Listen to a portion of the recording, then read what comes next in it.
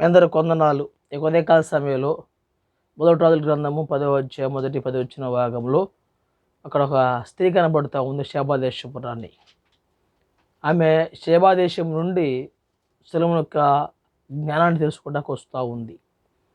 ఒకటి, షేబాదేశపు రాణి జ్ఞానాన్ని అన్వేషిస్తూ ఉంది. రెండు, షేబాదేశపు రాణి వినే గుణము కలిగి ఉంది. ఇప్పుడు షేబాదేశపు రాణి నమ్మకత్వాన్ని కలిగి ఉంది.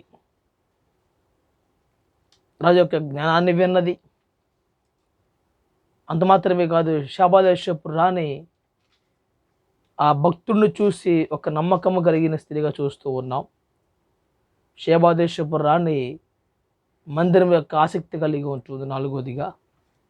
5వదిగా, రెండింటిని చూసిన షేబాదేశపు రాణి మన దేవుణ్ణి మహింపరుస్తూ ఉంది, స్తోత్రం చేస్తూ ఉంది.